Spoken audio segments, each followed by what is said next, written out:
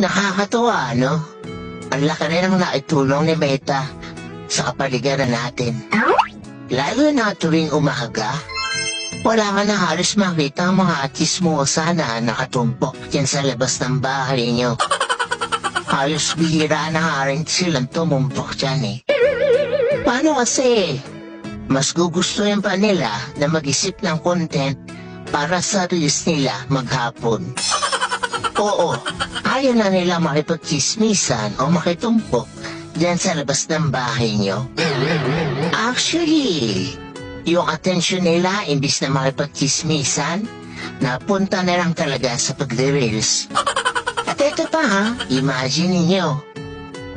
Kung dati, bumibili lang ng mga lutong ulam yung mga yan, na yun, sila na mismo ang nagluluto ng mga ulam.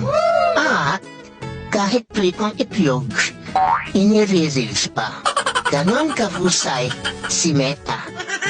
At ito ang pinakamalupit. Kung yung dati yung asawa mo tinatalahan ka sa tuwing uuwi ka, ngayon, hindi mo na makausap.